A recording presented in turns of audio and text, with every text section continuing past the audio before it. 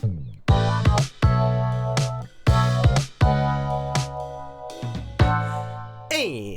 welcome back, everybody, to the Refresh Point. My name is Ben, and as always, I'm joined by my constant co-host, Steve. Steve, how's it going?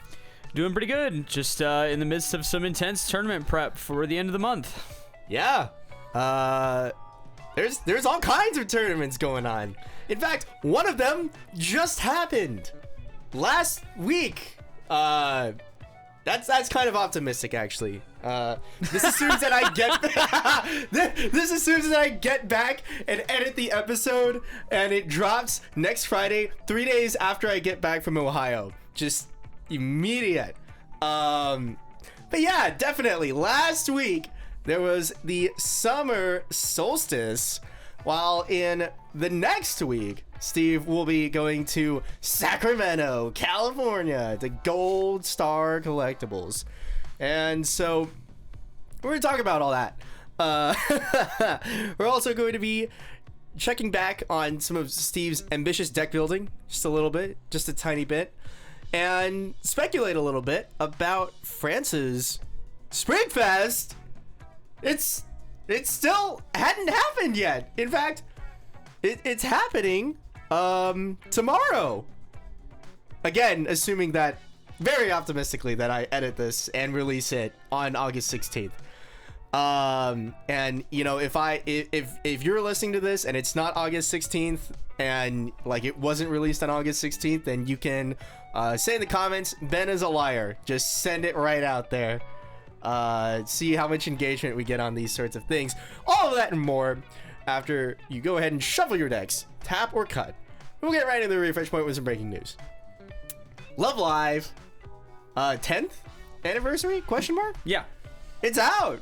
We have reprints of some things that are technically important. Yeah. So the majority of this set, there's I think a handful of new cards, but the majority of this set is reprints of the Muse, Accords, and Nijigasaki old stuff. So it's a good opportunity if you're a Love Live fan to maybe acquire some of this stuff on the cheap or with better arts or fancy foils.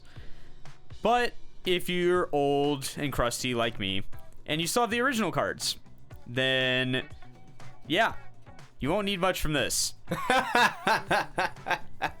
It's fair enough. But to all of you Love Live gamers, newer Love Live gamers that might need some cards, Cheeky-Yo is not in this set, apparently.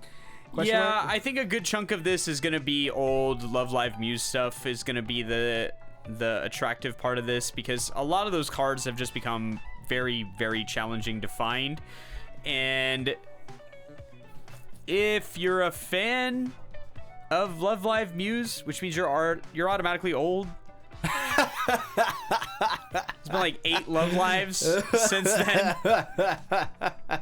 Yeah. Then you can get some cards. Yeah, we love cards. Yeah, I mean, cards are great. At the very least, they look nice. They do look nice. But impact on the meta, probably not very much.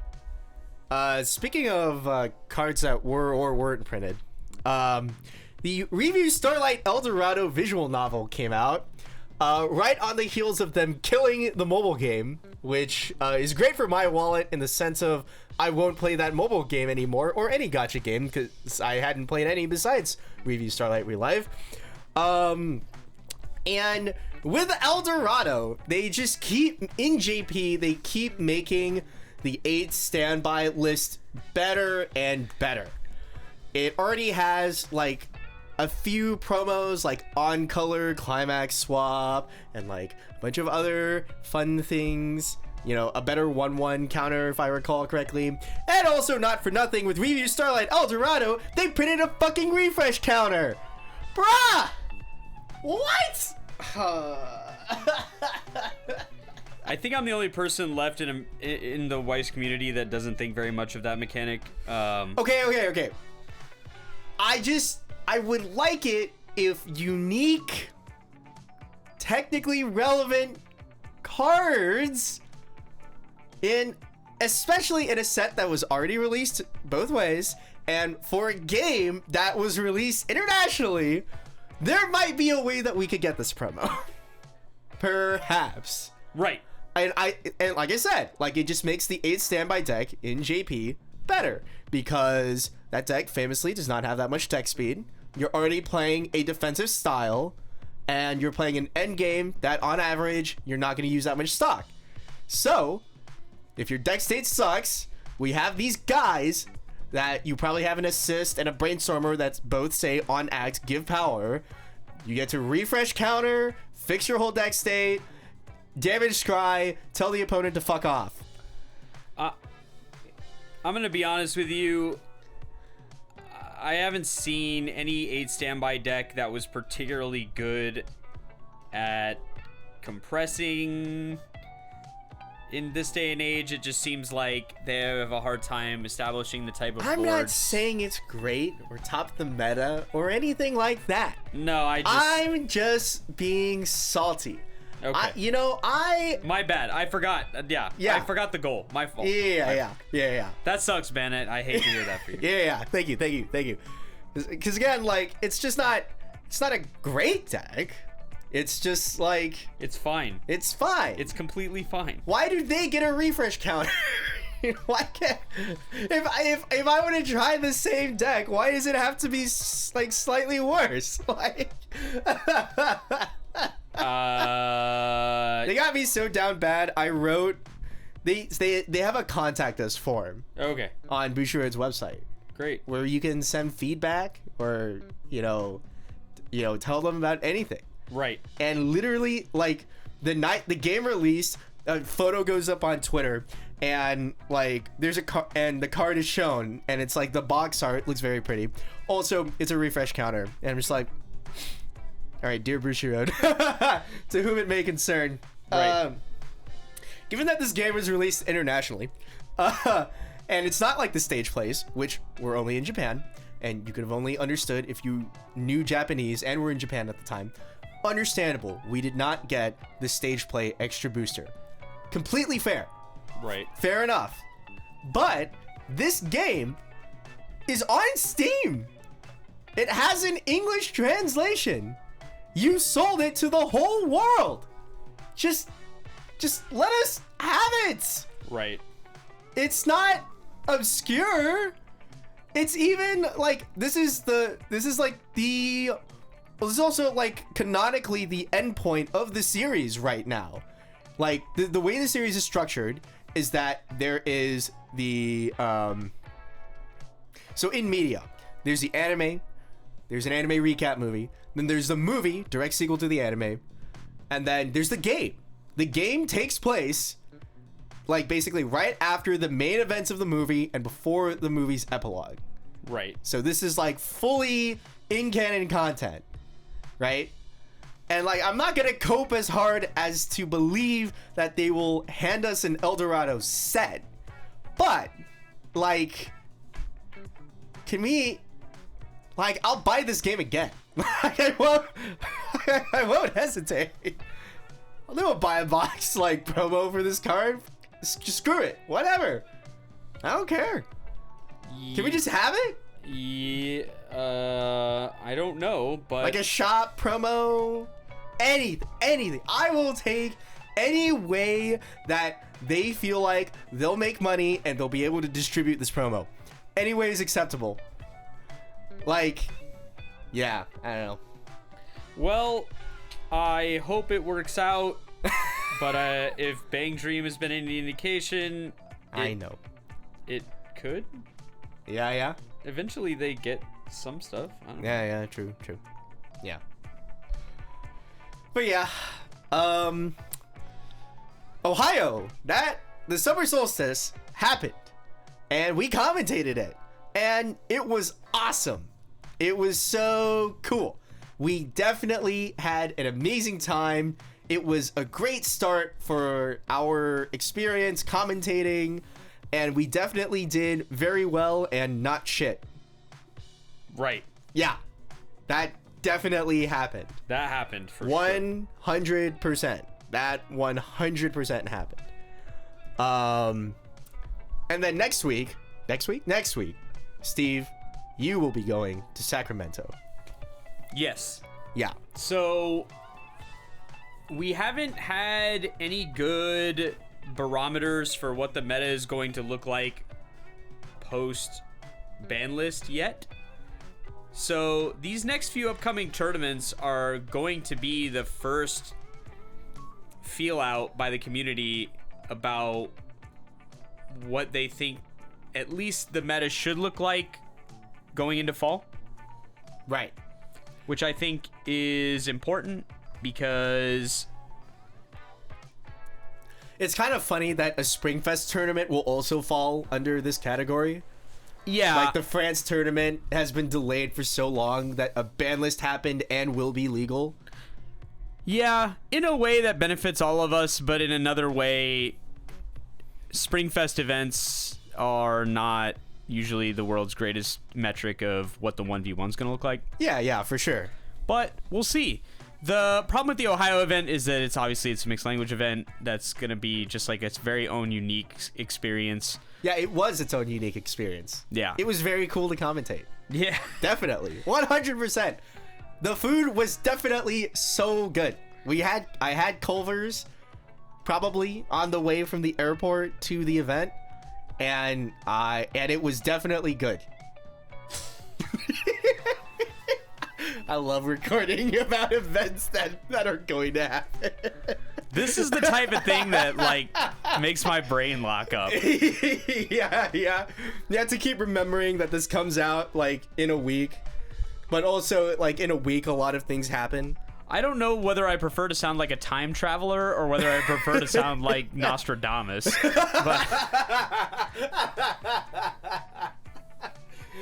And so, but as a mixed tournament, that did happen. The results were kind of mixed. We've seen a lot of different things, but in Sacramento, it's gonna be English, baby. Yeah, I'm expecting people to be conservative. Right. They'll try the things that they know work. Sure. So Sure. Probably, if I had to guess, Overlord Slime, some flavors of Hololive, probably 8 Standby and 8 Door. You're in California, Steve. You know what else is going to be there? No. Really? Wow. You just forgot about 7 Deadly Sins? Oh, sure. Like, this deck is going to be there. I kind of did, honestly. I can't believe you. Nobody plays it. Like, there's going to be one... In Dallas? Yeah, there's going to be one... There are players, like, everywhere else of this set. No, I know. It's just that... What's funny... Like, you know the strengths of it. Yeah. What's funny about that set is it's really heavily leveraged on, like, 3 cards. And if those cards fail to perform, the whole thing kind of falls sideways. But... they're 3 very good cards, in fairness. I mean, if Slime doesn't get Muron and or Shuna and or one of its finishers, the whole thing kind of falls apart, yeah? Well, what I more meant is the Zero Bomb is kind of their universal answer to anything above, like, 7,000 power. So... I mean, I guess, but also, at the same time, it's like, like, you just have Elizabeth. You just plus. You just plus out of your mind. Right. The problem is rarely that you don't have enough hand size. The problem is much more frequently you are a level behind. Yeah. Because you've been plussing with corpses. Really? Yeah. I mean, they're just going to jam a stock soul and then trigger for 3 soul. Like, they're doing it right back at you. Sure. It's just that they end up leaving a lot of lanes, it seems. Sure. Because they do have, like, some early plays and stuff, but... I mean, Copium, they just block after compressing to infinity. Yeah. Copium. I'm sure that'll work great. It's worked great before. It has. I'm sure that will be there and do well. Like I'm more interested to see the type of things that come out of this that I'm not really looking for. So, Right. We want to see the cooks Yeah, the chefs. and I'm certain that somebody is already coming up with the next awesome thing. So hopefully we get to see it. That'll be cool. There's going to be a Ligo Rigo gamer that just destroys the event. XD. Maybe. I don't know. In a single event, if you're running hot, a lot of stuff can win. yeah, true. Yeah. And so Bushiroad, before we leave this segment, one more time, Bushiroad, like, please, like, I'll do not anything, but many things to help manifest an English version of this El Dorado promo. It looks so good too. Like, the box art looks good, and they put it on a card, and it still looks good. It's sick. Really? Yeah. Cool. Yeah. But pivoting off of your ambitions of winning, let's talk about, well, I guess it's all ambitions of winning, right, but a different kind. Right. We'll talk about your ambitious decks and those ambitions. You have now, since the last episode, played the Sword Art Online list. Yeah. And what do we think? Shaking his head. It's not. It's gonna. Yeah, we're gonna have to work on it a little bit. There's a couple things that I saw during testing that look bad. One is the 1-0 cannot pick up events. So if the events you have to minimize the amount of events you have, because it's likely that stuff is just going to cause you to brick or make your hand like unnaturally weak. So we don't want that. Complete side tangent. For like the slime door build, the people in Cali that were running it, like Shizukats and Kenny and others, they run the Daily Life Gone Up in Flames event. It's like camera, but also rests that like yellow guy we've discussed before. And I'm really mad, honestly, that Dragonoid can only whiff on climaxes and events. And in like 6 games that I playtested that, I would just be like, in 2 of those games, I would check the top 2, climax event. I'm just like, why? All this to say, if you need things that need to be characters and you put events in your deck, they can and will haunt you. I definitely had that situation come up a lot when I played Guilty Gear, where the reveal for Ram just revealed climaxes over and over and over and over, and it felt like it happened every single time and that I was manifesting it. It was disgusting. But after playing a few games, I did notice that I would hit the event relatively frequently, and it's kind of okay if that combo only adds 2 cards, because realistically you don't have any hand size increasing. So you don't need it to be +2 every single time. But when you have 5 events and 8 climaxes, and ostensibly 7 climaxes since you'd have to have 1 in play, you do hit it more than you'd like. Yeah, hit the straight 1-for-1. The straight 1-for-1 feels kind of gross. Yeah, so let's not do that. So I think I'm gonna trim off the events, but that does cause a fairly significant drop in deck speed, which can lead to more decision making that needs to be made during the game. The other thing is, at least in the games that I tested, it felt like my opponents were frequently fielding giant stuff at level 2. Wow.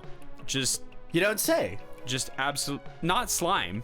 Oh, okay. But other sets. Oh, sure. What else? So I played random stuff on the simulator, just whatever people threw at me. Yeah. And I faced Oshinoko. Yeah, that's big at 2. Which has a ginormous level 2 combo. Yeah. And I faced some Macross Delta. Macross Delta, baby. Which has some significant size characters. Yeah. On turn, they can get and really quite big. And quite a few backups. I saw backups a lot. Yeah? So I will probably need to prioritize Demonic Sword Graham more than I have been, because Demonic Sword Graham defeats a lot of that counterplay and gives you 2k power. So that was already known that was an important piece of the deck. But now it's just like, okay, really though, But we gotta get big. yeah, the biggest hamstring for this build in general is the only support that's even a little good at level 2 in the anniversary set is blue. You have no back row character that's any good to support your level 3 with. And because of that, I more than briefly considered whether I should just not play one of the other colors I'm playing. Yeah. I don't need yellow necessarily. Right, yeah. So we might take the deck in a different direction, if for no other reason than for 4 stock I can put down 3 level 3s and a support and have 2 of them be 14k. Yeah, that sounds good. And then if I have 5 stock, Demonic Sword Graham on top of that. Now they're all 14k. That seems reasonable. And no backups. All right. So the iteration will continue. Yes. We may go off in a totally different direction. We'll see. This is such a deep cut, but to paraphrase Kelsey Moser, a League of Legends analyst, the Sao glazing will continue until morale improves.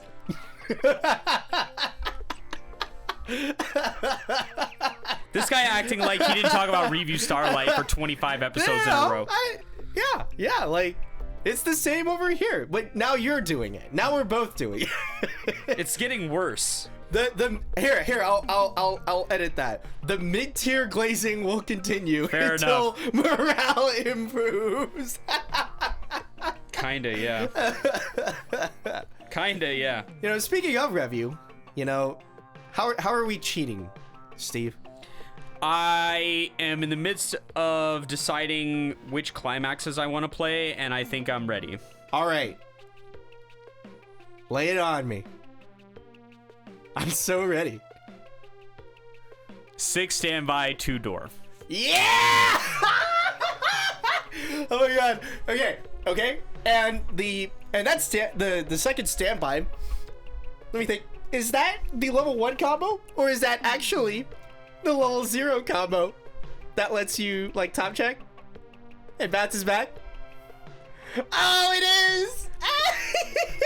I'm deciding between those two. I'm not sure which one's worse.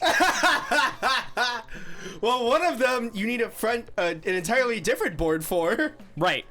And, you know, not for nothing, all of our red level 1s kind of suck. There's one that can't be reversed by cost zeros.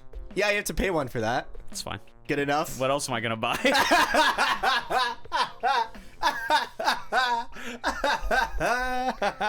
What I wish existed in the set was a standby that was a 2/2 that would straighten itself. Yeah.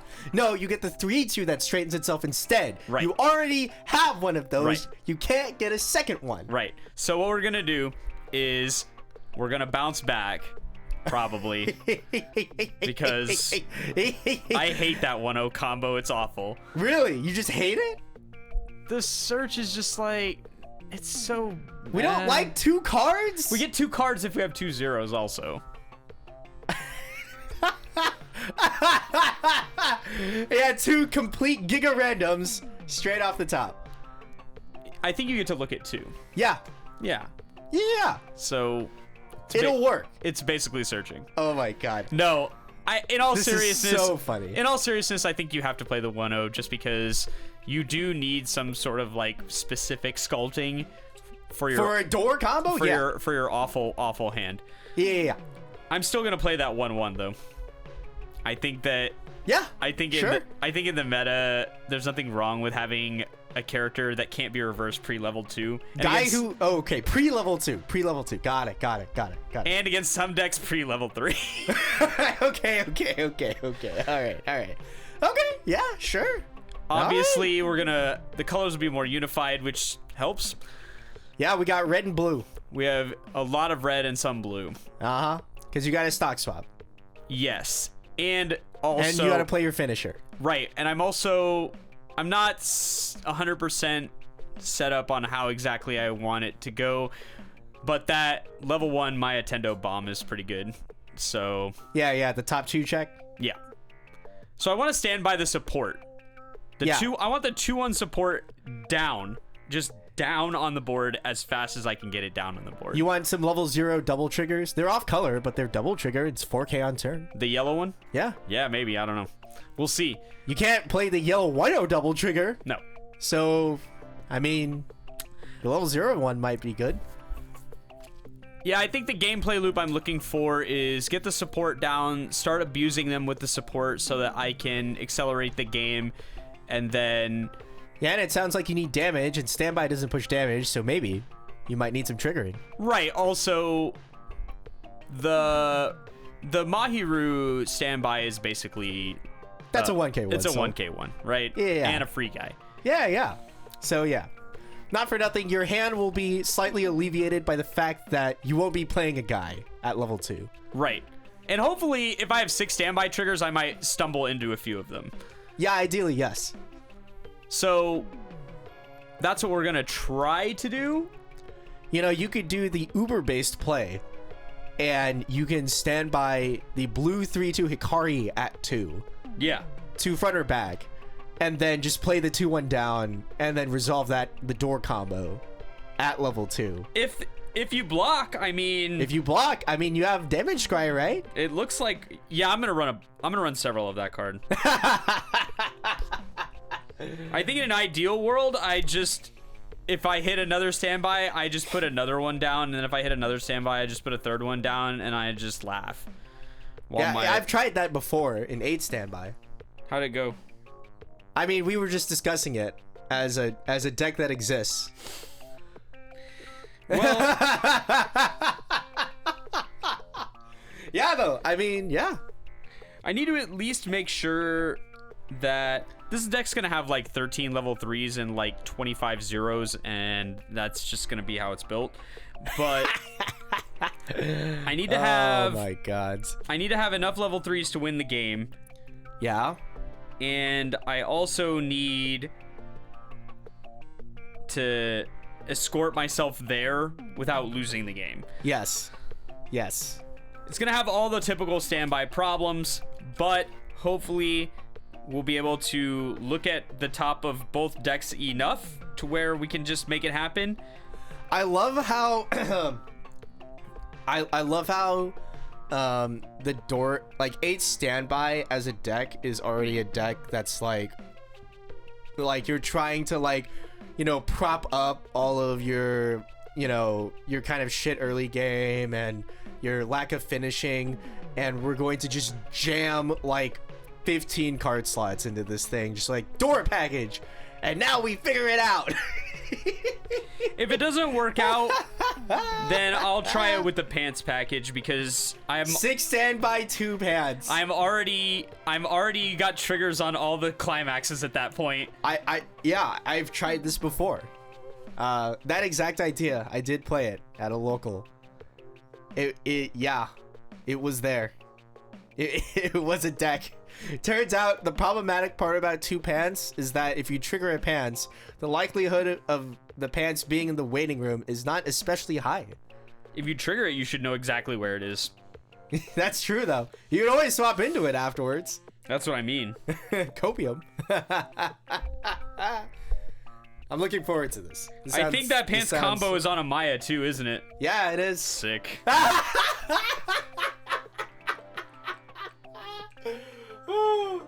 Oh, Maya the goat. All right.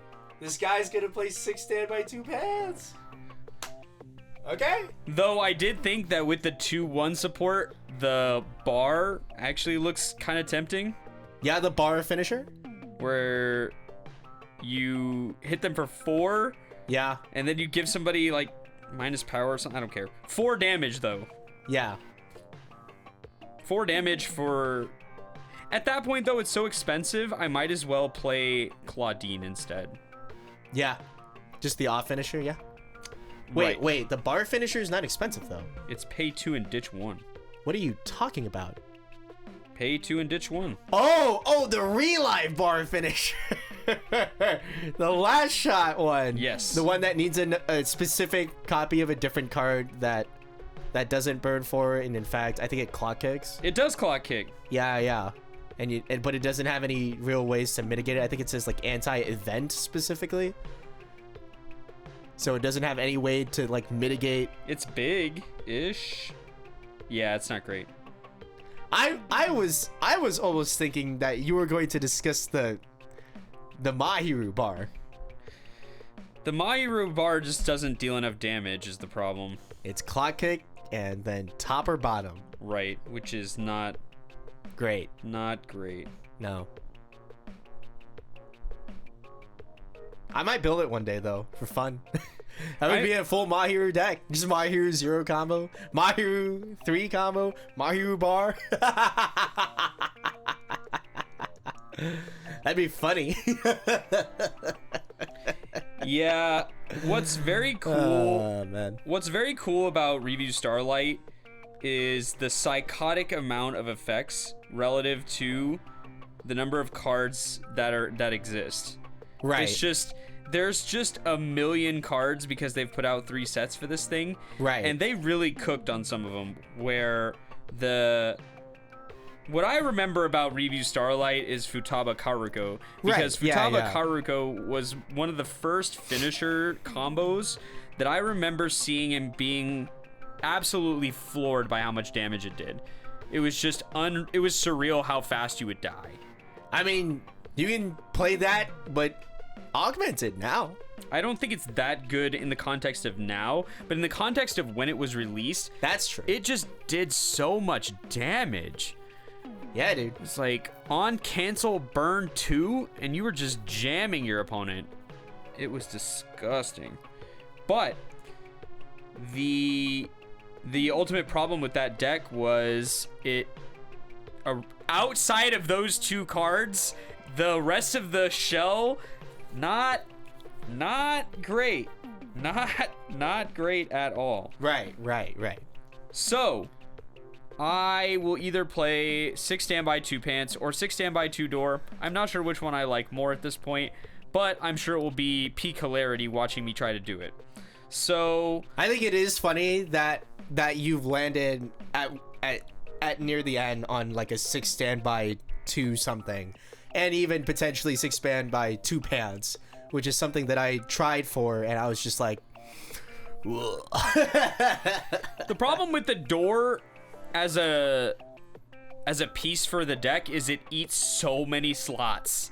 yeah, dude. It eats. You gotta commit to that fucking door. It eats a bunch of slots. Whereas if I play standby and pants, I eat less. Yeah. Instead of, let's say, 2 Hikari, greedy, 3 2-1s, and 2 events, and 4 Karens, that's 11 cards. Yeah.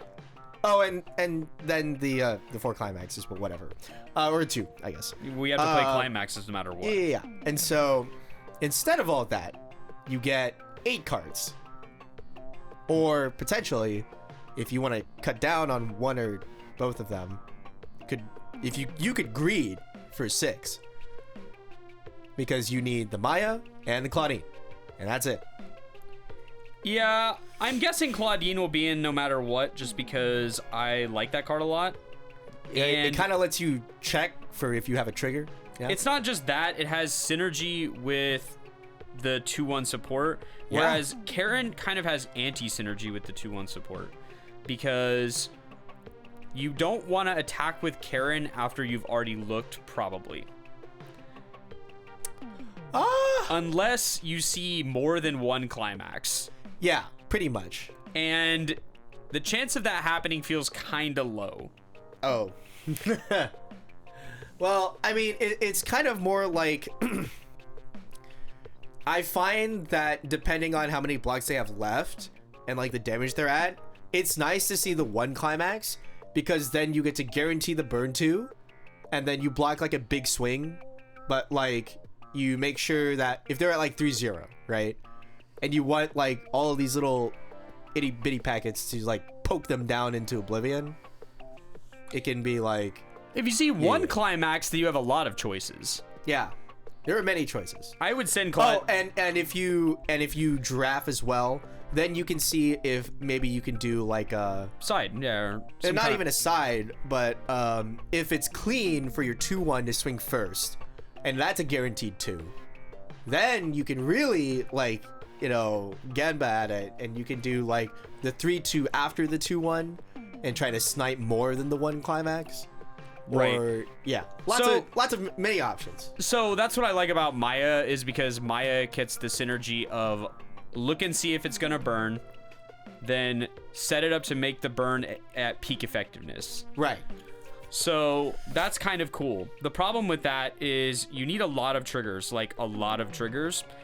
and that tends to make for risky, gambly psychopath decks. That's right. That's where you are. That are vulnerable. That's what we're at. You just proposed 6 standby 2 pants Revue. Right. This is a psychopath deck. Yeah. Playing the door is more conservative. I'm glad we're on the same page.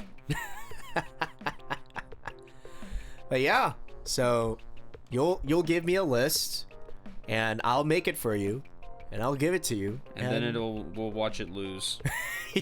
Well, let's see.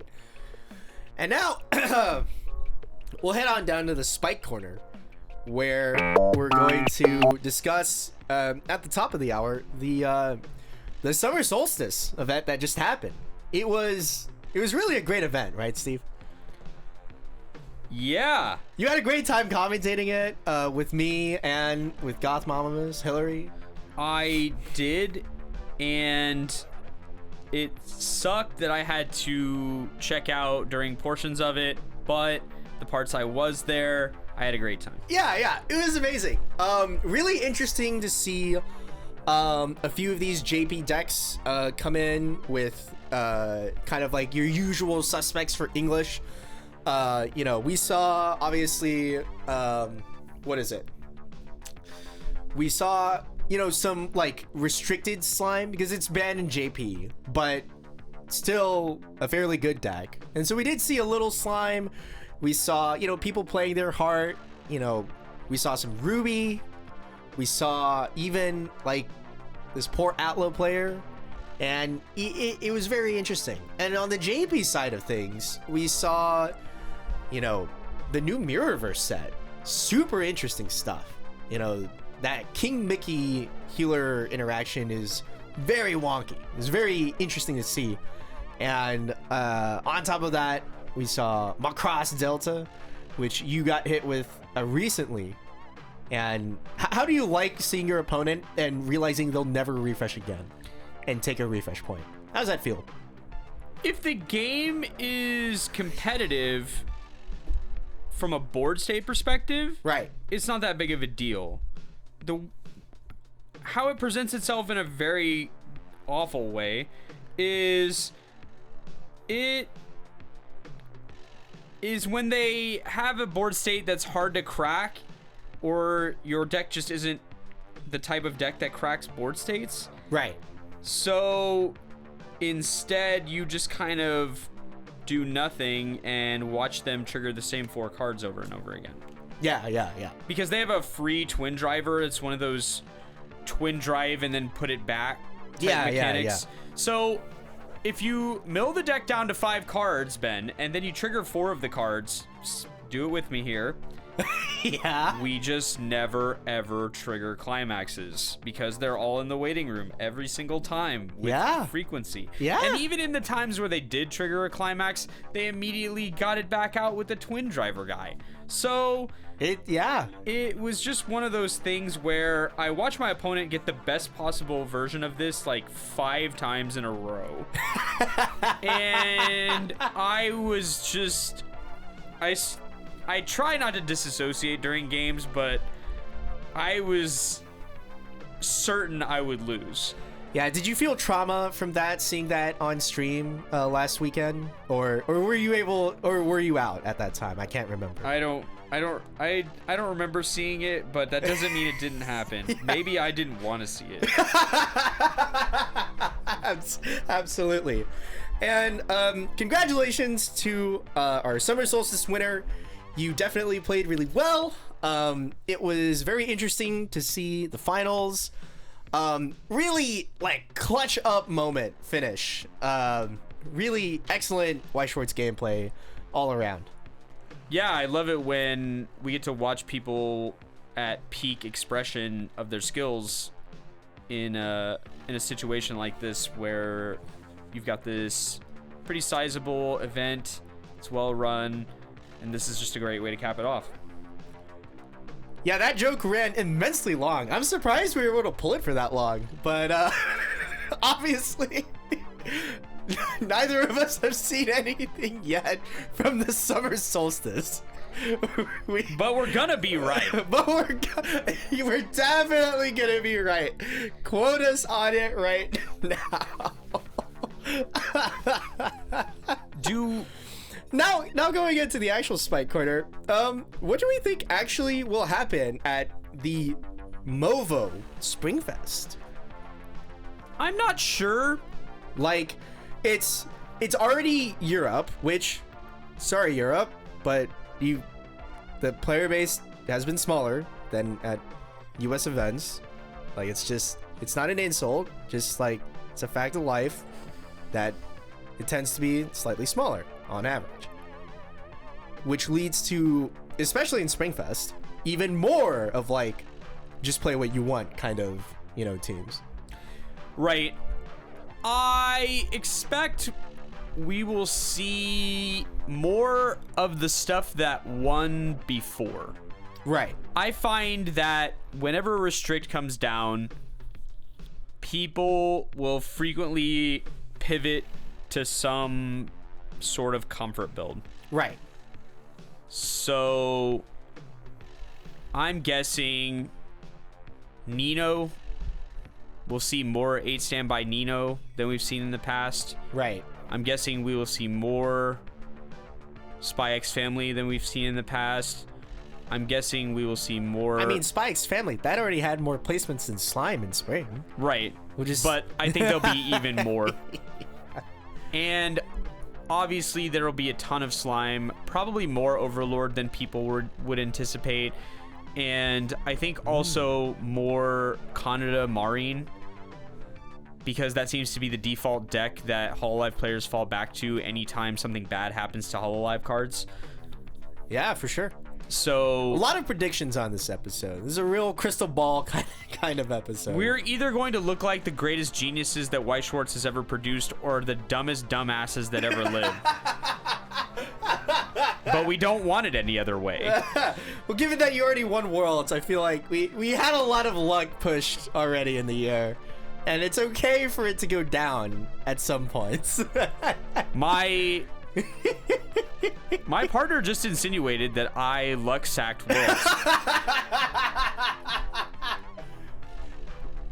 By your own words, getting to top 8 is skill. That's true. But winning a top 8, it does take some luck, not takes all some luck. luck. Fuck's sake, man. Not all luck. I'm not saying all luck. Okay. I'm not saying all luck, but you spent some luck. Yeah, for sure. I definitely. And sometimes probably more than my fair share, if we're being honest. And so like we might be pulling on empty a little bit on random predictions that don't matter. Right. Like the stakes are lower. Right. So yeah. I'm fine with us. I'm fine with us eating the full shit here. The luck goddess might not be so merciful. That's all right. I'm saying. That's all I'm saying. Yeah. Good luck to everybody tomorrow? ? Definitely. Honestly, it'll be the funniest thing if this episode does actually come out on Friday, August 16th, which, like, it feels like it can. It can. I have no idea how I'll feel after Ohio. I'm guessing you'll have some we'll see. like plain free time. Or you're not really doing anything. You're just kind of That's true. stuck. That's true. I will have the full setup with me in Ohio to stream the event. So actually, I might be able to edit this on like the Monday/Tuesday, not during work hours, but I'll be able to edit it in some of the free time that I'll have available. Oh, how long are you staying? I'm gonna be there from Saturday to Tuesday. Crazy. And so, because the flight prices worked out like extensively cheaper in that fashion. Well, no one flies on a Tuesday. Yeah. But the thing is, like, if I don't complete the edit before Wednesday, then it's like fly home, immediate in-office day, Friday. And so that Friday might look like a pass out and do absolute fuck all nothing day. Well, work. I would, I guess, encourage you, now that we've already leaned in pretty hard on this joke, that you should attempt to complete it by Friday. Yeah. I certainly will. Ganba. Good luck to everybody tomorrow, or it's either tomorrow or Sunday. Or I guess it'd be European time. So by the time that this actually comes out on the Friday, it might just already be Saturday. So I guess tomorrow kind of works either way. Good luck.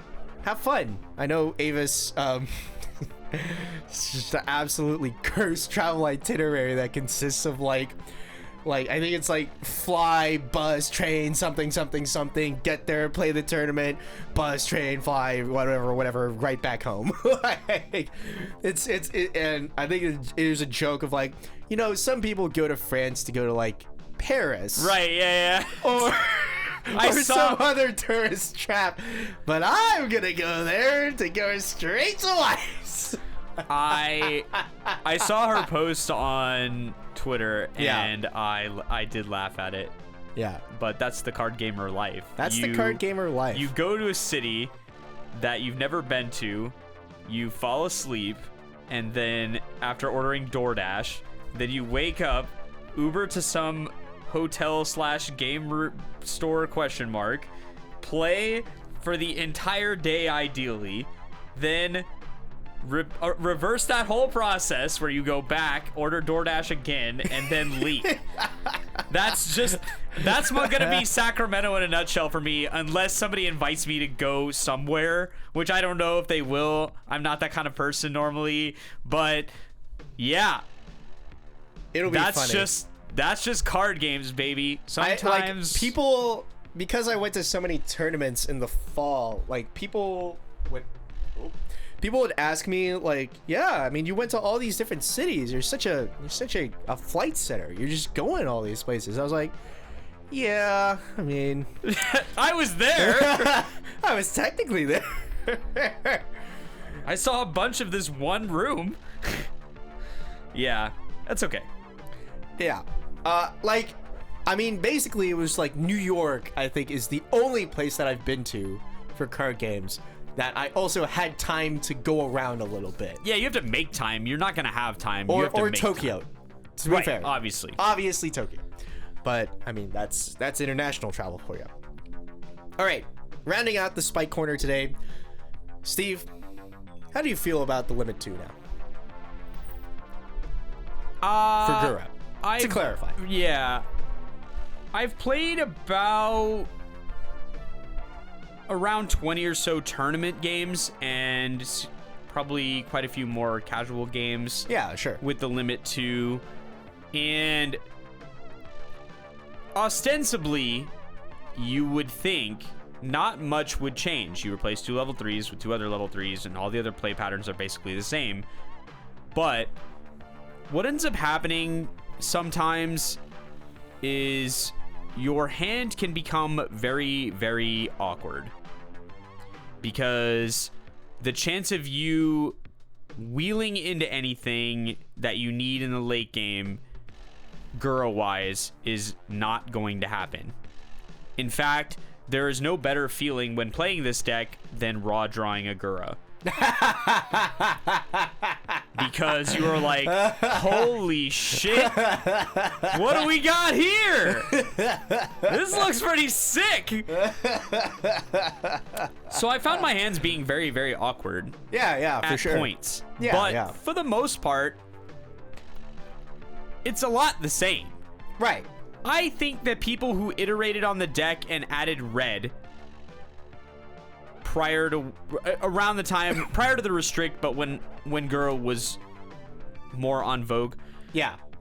The people that iterated on their Caligura decks and added red probably will feel this less because they will have better hand outlets. Sure. I think the biggest difference with the build that I'm using is my hand outlets are probably weaker, so I can get these very strange hands that have weak cards to clock and weak playables, but a lot of that is just playing Gura. Playing Gura is an aggressive deck that is vulnerable to high risk game states. It always has been. So that's just part of playing the deck. And for a few months prior to this month, I played a lot less and played Hololive a whole lot less and played this deck a whole lot less. So I definitely am feeling some rust from playing less. I'm definitely feeling some rust on certain play patterns that felt more natural during Worlds, and it's hard for me to attribute it to necessarily just rust. It could be rust plus the ban list, it could be just the ban list. I'm not certain. I do still think that it can win. Obviously, I'm going to I wouldn't take it if I hadn't had any confidence in it. But there is more awkwardness than there was before, for sure. And the meta has added some matchups that are not good. Or not great, anyway. For my part, I've had like a little bit of a turbulent few weeks, so I haven't been playing as much in general. But as it turns out, and you won't be surprised, Slime still feels alright. Insane. Nothing changed, and it still feels fine. I was able to play into some Oshinoko, and turns out, feels fine. The funny thing here is actually playing. If you ever play Slime into somebody that they have to prioritize Triple Muron to set up the hand in the stock, and they don't get Shuna down, and then they just don't. They get like rushed to 3 and they can't. Then like you'll just look at the 6 soul counter in your hand and just laugh. You'll just be like, get a load of this fucking guy. He don't got Shuna, huh? You think you can walk right in here with a double Shion and try? No.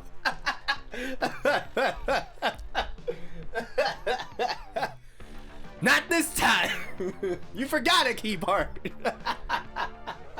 So the community tier list came out That's true. last week. Yeah. And They put Slime, Overlord, Hendrickson at the tippity top, and kind of like all of the other regulars in all of the regular-ish places. But the thing I wanted to bring up was the standby version of Slime was rated lower. Yeah. Everybody hates that shit. They're like, it's just a fucking high roll deck. You have to get standby early. You don't get to loot the pants combo as much. Like, I don't understand how these people can play this deck consistently. And as somebody who I feel like the consistency has to be like at least 70% Triple Muron Shuna like every single game, I do feel like people play this deck just strictly incorrectly. To start, like I was playing some webcam games here and there with somebody, and I saw them pilot the standby list for a bit. And number one, deck construction. Like if you don't have Veldora, bro, standby does not have great fixing for the hand. Your one combo sucks. So if we don't have a guaranteed way, it sucks for getting you things in your hand that you like. To correct your face a little bit. So we need Veldora to guarantee that if Muron goes into the waiting room, we have a way to get Muron from the waiting room. Yeah, 100%. People will discard Muron in their opening hands, and I just don't. Like, if I draw into Pants or Muron in opening hand, unless that hand is like god awful, horrible, unplayable, and there's no way to fix it, that shit is gripped forever. Interesting. And I find that leads to me almost never fucking missing. But like, the thing about Standby in comparison to the other lists is that you rely on your Rikis. You rely on Shuna. You rely on the Rimu Riki to upkeep your hand because it fucking sucks. Right? Right. Standby, absolutely piss useless trigger after level 1. Like, you get to level 2, all of your finishers do things from your hand. Right. Like, the reason that you're playing all of your level 3s is to play them from your hand to resolve an effect. Dragonoid, you mainly play it to burn 1, and then do the rest of your finishers. Shion, you play it so you can get the on-cancel burn 1. Benimaru is a healer with extra text. Like, you don't want to stand by any of those pieces, unless maybe, like, Clock Kick to, like, threaten a little bit, or, like, Benimaru to kind of, like, draw attention, because what you can do sometimes is, like, here's my level 3, you want to kill this guy and not Muron, this guy's 500 power less, you can definitely kill that guy, and then, like, people might, like, focus their attention there, and then you're like, haha, I stayed at level 2, Muron replayed from hand, triple Muron again, right? So, but on average, yes, Standby, useless trigger after level 1. But also, like, the idea of the deck is to sculpt all these Murons and shit into our hand, use the 1 or 2 level 1 combos to generate stock, and then just play Muron. Because what does your hand matter if it's triple Muron in a Pants? Does any other card matter at that point? Not particularly. Because triple Muron in Pants tends to get you a hand that you like after that. And then they tend to stay on the board, and then you can draw, and then maybe you can clock, and then now we have a hand that we really like. And so, like, I don't understand why it would be rated significantly lower than Pants or Door. But I can understand that your personal leanings might lead you in a different way, but the only thing that matters is Muron. Like, if you get to Muron consistently with whatever your slime list is, then who cares? I like Standby because it feels difficult to have all the pieces put together out of other decks, because they are unable, they don't get the free slam that comes from the level 1 Standby turn. So the level 1 Standby turn is going to produce a board of 7/5s probably most of the time, and any standbys you get during the level 1 turn is just going to be Muron probably every time. So what's nice, that's the funny thing though, I almost never stand by Muron, because Murons are in my hand or in the deck still. And so for the most part, what happens is, like, a standby will trigger, and I'll just be looking at the 3 Murons in my hand going like, okay, I'll get Veldora. He can he can hand fix something else. That's interesting, because I've definitely seen it where It can happen. It's happened. But it's like, that's kind of like the way that I approach it. That's like your grace of God moment, where you're like, I wasn't able to keep the Muron, I wasn't able to sculpt the Muron, it got milled out with the brainstorm, etc., etc. But we high roll the standby, which means now we get to make up for our mistakes. Right. Congratulations. So I think it's definitely part of the attractiveness of the standby build but that part is high rolly, like, by default. It's similar to looping combos. It's like triggering any other climax.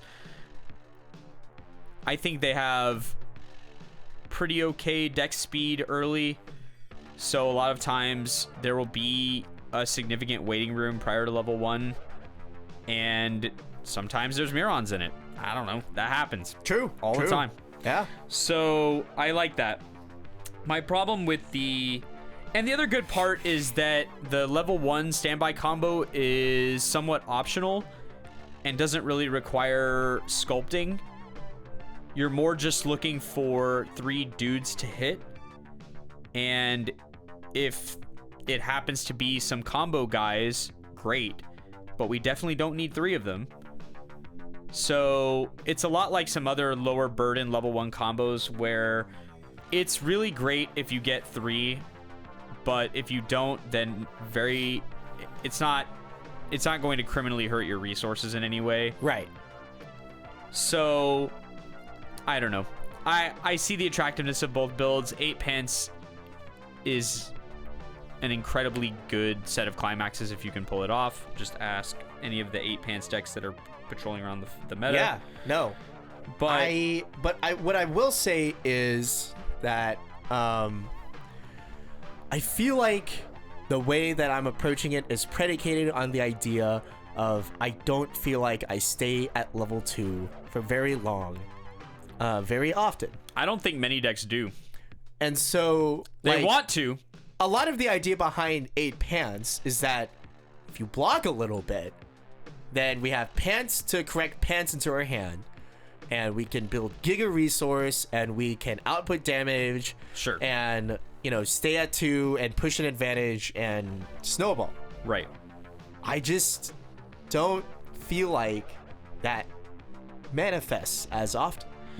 I think what ends up happening a lot of the time is either you get pushed to mid 2, right, before you do your first Muron combo, right, 2-1, 2-2, 2-3, something like that. Yeah. Then if anything sticks next turn, you're basically 3, or even worse in many ways, you combo at low 2 and then 1 to 2 hits stick and you're stuck in that weird position where opponent is low 2, you're high 2. Yeah. Now what? Yeah.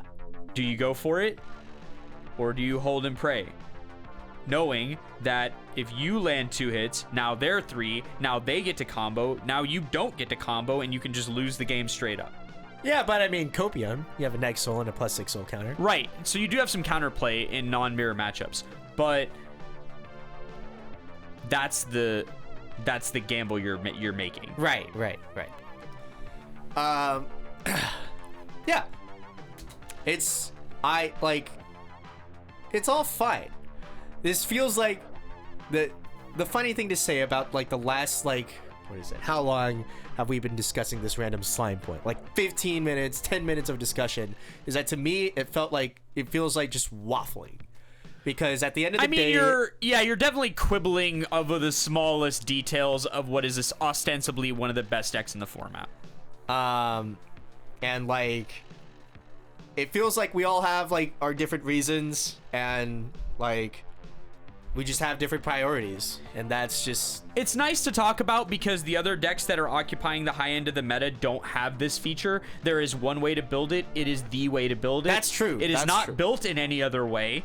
And there's 3 to 5 cards of quibbling that goes on based on taste and meta calls, and that's it. Yeah, we have whole early games to quibble over. So fair enough. Right. It is an interesting conversation. Right. It's unfortunately the only conversation to have amongst the tier 1 decks. Once you get to the tier 2 decks, you have a little more room to operate, but if we're talking about the peak meta, I think the two of us could name 45 of the 50 cards that are going to be in an Overlord or an SDS deck. Like, they're the same cards every time. Right.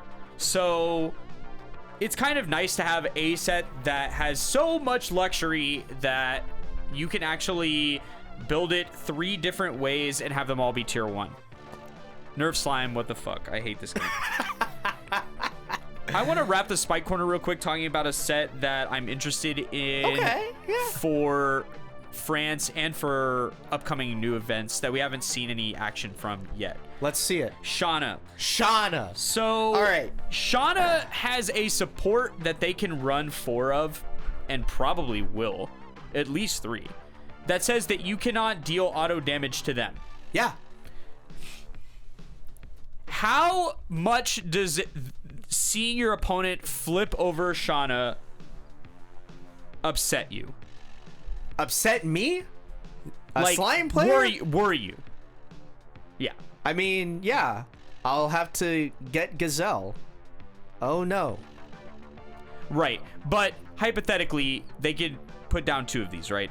And just keep you from doing it. Yeah, and they're gonna keep a full field into slime. Just like the turn right before they're gonna need it. Right, the turn right before they're gonna need it. Yeah. They're definitely going to side twice for almost no damage so that they can guaranteed have 2 or more other characters on the board after 1 bounce for the anti-burn to stay in effect.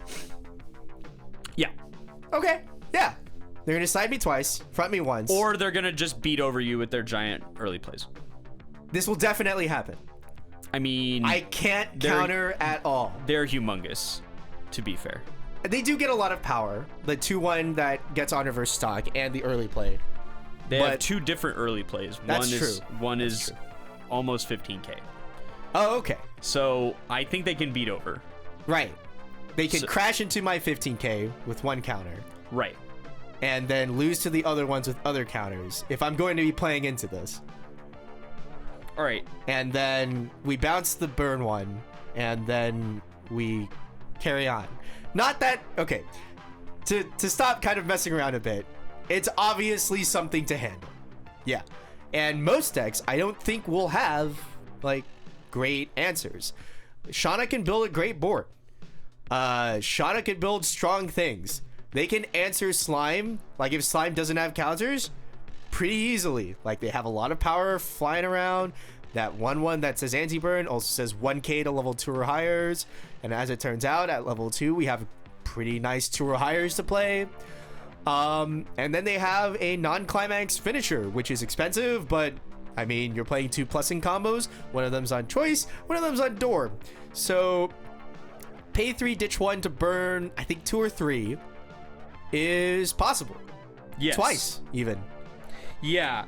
So if you've never seen how this deck behaves, it doesn't play any level 3 combos because... Until Dengeki. Right. Currently, because they're level 3 and even then, that won't be this deck. Right.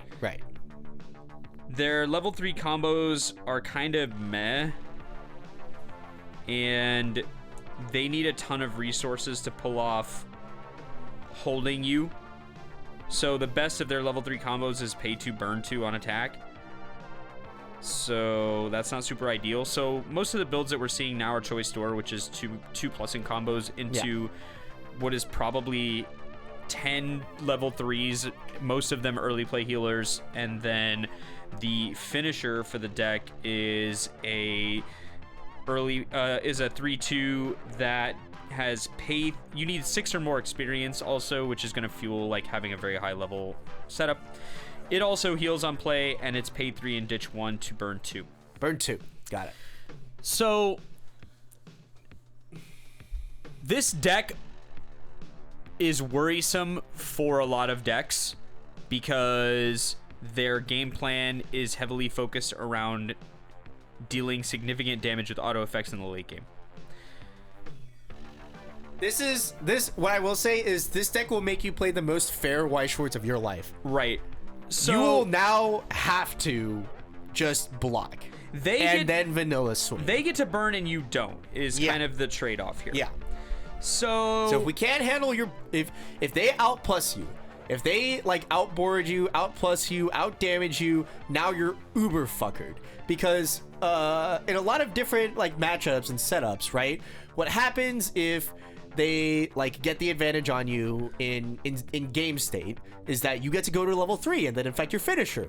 Now you don't do that because now you can't burn. Right. And so now you're playing, you go to level 3 and drop some vanillas. heal and swing, and keep your deck state and play the most fair Weiss Schwarz of your entire life.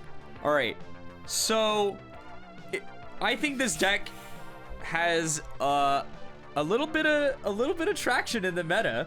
Oh yeah, dude. Because some decks at the top, this deck will let me qualify this. This deck will automatically lose to Overlord. I cannot explain how much this deck will automatically lose to Overlord because their anti-burn doesn't work against their events. It's only auto damage from characters. Yes. So they just get absolutely ass fucked. So yeah. To clarify, this deck will not beat Overlord, but there are a number of decks at the top of the meta that do not want to face this shit. They don't. Yeah. It is really difficult. We've already talked about it, and I was being very facetious earlier, but Slime does not really want to see Shauna. No. Like, you think SDS wants to see Shauna? SDS doesn't want to see Shauna. No, God, they have to play their bouncer. Yeah. And like, you know, finagle all that. And Slime will have to play their bouncer and try to finagle all that. And like what's guaranteed, almost guaranteed, unless like the Shauna player doesn't sculpt it, like Slime will be forced to sculpt counters. It will be forced to sculpt Gazelle, or just try to plus and hit you with clock kicks as much as possible, which, not for nothing, if we're going to talk about trying to play the fairest amount of Weiss, as in like compression and healing and counterplay, to be fair, Slime could get away with it, but it's not great. You don't want to do that. Yeah. Here's the worst possible matchups to walk into this against is anything where your finisher does not heal. Oh, yeah.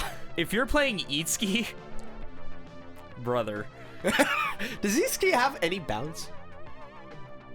Maybe. Does Quince have any bounce? I do not foresee bounce as a reasonable solution against this deck. Right. I guarantee they will play if they suspect you're playing bounce or they see it, like they watch you sculpt it, they'll put 2/1/1s in the back row and they'll be like, "Okay, now my guys are giga huge and your bounce is useless." So, I think you have to expect that they will be able to do the thing and stop you from doing anything. Right. So I don't want to face this deck in California. Okay. You're gonna, Steve. You're gonna. I know. You're gonna. I'm summoning it. Yeah. I'm summoning it's it by saying saying it's gonna be like round 1 or 2. Yeah, round. You just summoned it. Round 1's fine. Girl will lose to this shit. Girl will lose to this shit insta. There is no way that this matchup's good. Like, there's no way. Just play Watermate, bro. It's one of those things where just play Watermate, bro. Make him pay 3. Smile. They'll just pay 3 with a grin. Like, like that's the worst part is they will look at you from a full level ahead because they played like 3 early play healers, and they're just like, now what? Show me the magic. And you'll be like, I'm just gonna hit for 3. Right. Right. The end. Yeah. Maybe they'll die. True. So my hope is to build a significant damage lead in the sense that I don't need to win with finishers. But at the end of the day, there's no real way to change your deck to accommodate this set.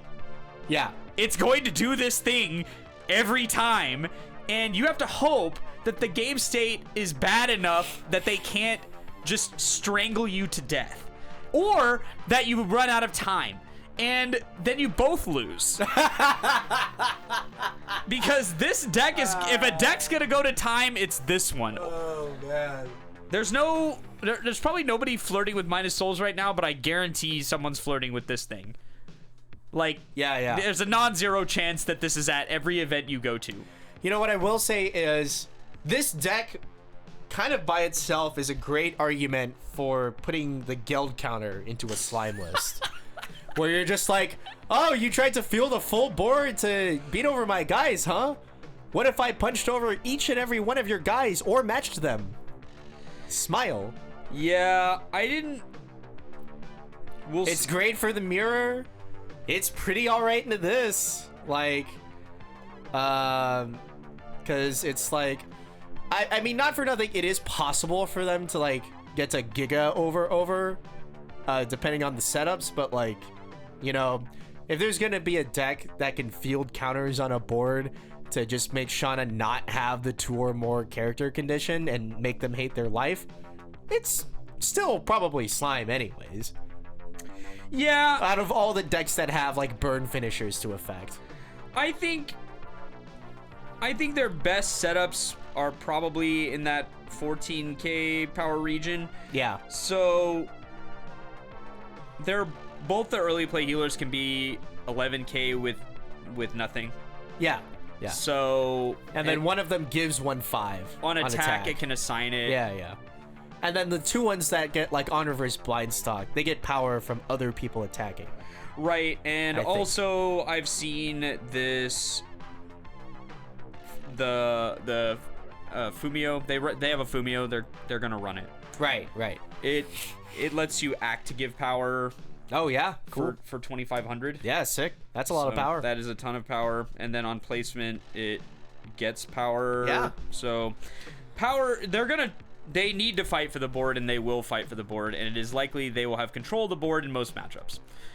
You know, to finish out the day as my final cope, if I just play Revue Starlight, I could just not burn.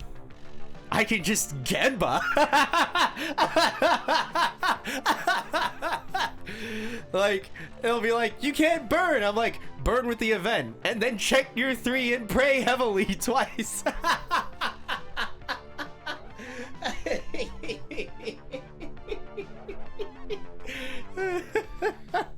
I don't have to worry about it if I just don't. Just block.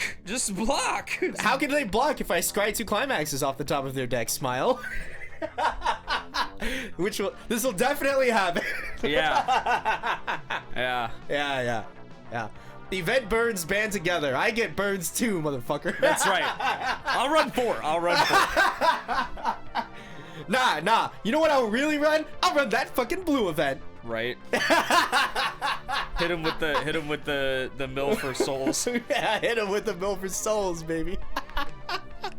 Just play that as a one of. So, yeah, that's funny. This set will never be peak meta because NA players are psychos, and there's no way they would play in this style. But it is something to remember exists. And you're just gonna call one of our locals a psycho, just like that? Just like that. I called all of us psychos together. NA players are psychos. They do not play. Okay. They're not gonna play Shauna in any significant. Oh, actually, what you did then was you called somebody not a psycho. Right. It was a compliment. It was a compliment. Yeah, they're playing. You know who you are if you listen to this. It was a compliment. Yeah, and they're playing like an absolute gentleman. Which actually, no, they're still a psycho because instead of like double climax, they're playing 3 climaxes and they're playing like the flare combo. Oh, the resander? No. On reverse, pay 1, ditch 1 as many times as you like to mill the bottom 3 of the opponent's deck as many times as you pay for. Is that yellow? And then burn 1. Yeah, it's yellow. It's a choice. Disgusting. Why? I think he's playing like 3-3-2. All right. Well, good luck. I think some of these like that finisher doesn't sound too bad. This red finisher sounds horrible, but does it need a climax? The red finisher? Yeah, it does. Oh, sorry. The other red. There's a red finisher. The set has finishers. I know. They're just not good. The red finisher is a restander, or you can choose 3 characters in your waiting room and return them to your hand and then refresh. Oh boy. That's a great thing to do at level 3. You should do that. I mean, if you're not gonna kill them. And boy, is this deck not going to kill them. In any case, watch out for Shauna and then cope very hard if you run into it, because all of your finishers will be useless. Yeah. Revue fans, rise up, XD. Just hit him with the check 3. Copium. You'll find like 3 climaxes on there. Actually, okay. Actual final thing of the day. There was a webcam game the other day where I was fighting somebody and I had the assist on board. I had my first Thoughtseize into Scoop moment. You've mentioned this before, where in Magic you would play Thoughtseize, see their hand, and scoop. Just, it's over. It's over. What happened was I blocked down, and I think the previous turn they had triple blocked, and then I went to 3. I had nothing. I had 3 vanilla swings. I draw, I claw. I'm like, all right, let's take a look at the top 3 cards of this deck. Let's see if we can win. Rest.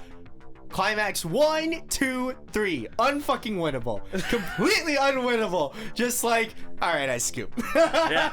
No worries. You got me. Yeah. That's it.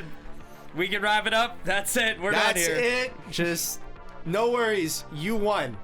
You won. They were like, they like showed it. I don't think they saw it at first too. And I'm just like, nope, I scoop. You're good. You win.